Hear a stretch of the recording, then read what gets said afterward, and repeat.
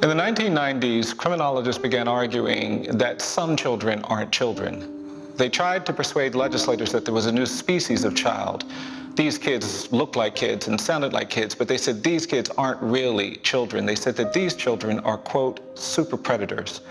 They directed this analysis mostly at black and brown kids, and it was very effective. States started lowering the minimum age for trying children as adults. We began putting children in adult jails and prisons.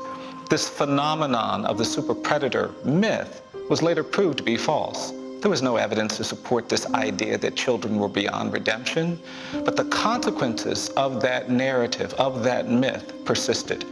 In November 1999, Kuntrell Jackson was only 18 days past his 14th birthday when he made the fateful decision to go with 2 other teens to a video store. But before that moment, Kuntrell's life had been surrounded by violence and struggle. I was raised in the government housing projects. My earliest childhood memories when I was 4 years old. I watched my mother get arrested for shooting a neighbor. A few months later, me and my sister was being held by my mother on a Christmas Eve when the police came and got her and took her to prison. I had no relationship with my father, so I went to live with my grandmother. When my mom returned home, I watched her boyfriend physically and mentally abuse her. My childhood was surrounded by alcohol and drug abuse daily. At 11 years old, my brother went to prison for shooting a man. On November 18, 1999, Kuntrell and 2 other teens were walking through the housing projects in Blytheville, Arkansas, when someone suggested robbing a local video store. When they got to the store, Kuntrell decided to stay outside while the other 2 teens went in. After a few minutes, he became concerned about what was going on inside. A few minutes after he entered the store, he saw one of the other teens shoot and kill the store clerk. The 3 then fled without taking any money. After my arrest, the courts overruled my request to have my case transferred to a juvenile division. The judge said the seriousness of my crime, I had to be charged as an adult.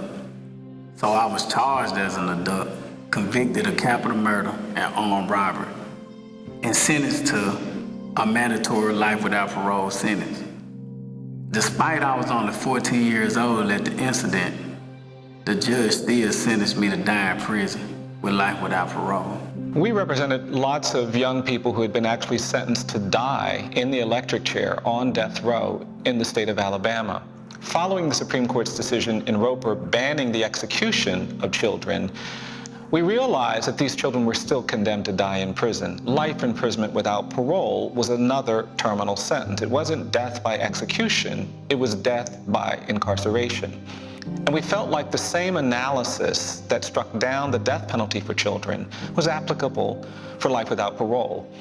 Children will change. That's the very nature of what it means to be a child. And we were condemning young people before they had the chance to change. And so we began arguing that life imprisonment without parole was also cruel and unusual punishment when imposed mandatorily on a young person, on a child. Without giving judges the discretion to consider age and the possibility of change, we were doing something quite cruel. We were also doing something unusual. The United States is the only country in the world that permitted these kinds of life without parole sentences for young kids. To advance these arguments, we began identifying people around the country whose cases we could take up.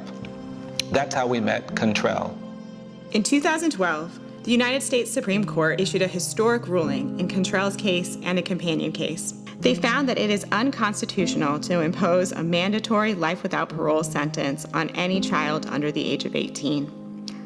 As a result of that decision, the Arkansas Supreme Court ruled that Kuntrell had to have a new sentencing hearing where the judge could consider a range of sentences, and where, for the first time, the judge would have to consider Kuntrell's extremely young age, his family background, and the circumstances of the offense, including the fact that he was not the shooter. At my resentencing hearing in 2014, after the United States Supreme Court ruled that it was unconstitutional to give me a mandatory life without parole sentence, even the state of Arkansas agreed that life without parole was wrong. So they agreed to give me 20 years. After I did 16 and a half years in prison, I was granted parole.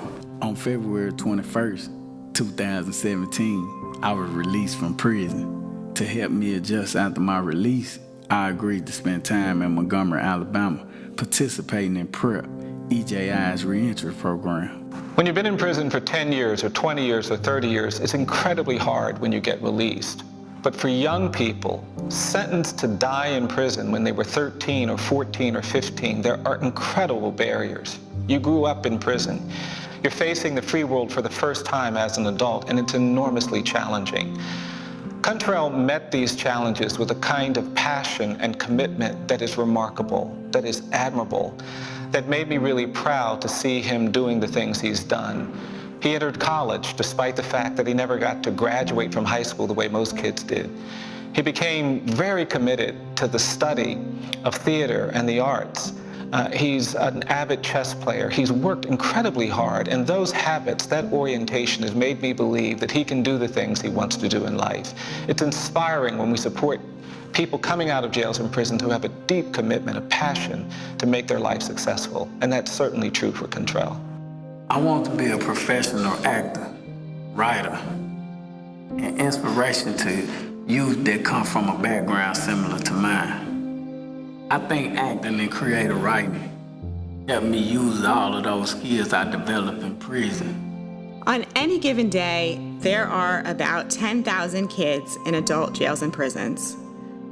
Hopefully, Kuntrell's story and everything he's had to overcome can bring some hope to these children who are still striving for their own freedom. My work is clear. The odds facing me are clear. The potentials I have to make an impact is clear. But what's also clear is I can't do it alone, and neither can EJI. I need you to commit to meet someone with a story like mine and listening. The destructive narratives and ideas about young people cannot be replaced until you have other stories to replace them with. Volunteer with groups that'll lead you to our stories. Once you find your way to our stories, share them with people who vote, with elected officials, with judges, with reporters, with the whole world. I'm so excited to be sitting next to this young man who is living proof of what justice, what redemption are all about. I met him when he'd been condemned to die in prison. People didn't believe his life had meaning. They thought his life was beyond redemption. They didn't think he had purpose. But he's come out of prison and he's proved all of that wrong. He's doing amazing things. He's representing the hope that we ought to have for everybody. There are thousands of people coming out of jails and prisons every year who need our support, who need our commitment, who need our compassion, who need our belief in what human beings can do if we give them the right chance. There's a great opportunity for you to join us in this effort. We can end mass incarceration. We can stop excessive punishment. We can create real change in our society and improve public safety. But we can't do it if we stay silent about these issues. If we don't give chances to people like Kuntrell and thousands of others who've come out of jails and prisons. Join us in this effort. Help us change the world. Help us end mass incarceration and excessive punishment. Help us restore life and hope in so many communities that have been devastated by unfair and unjust punishment.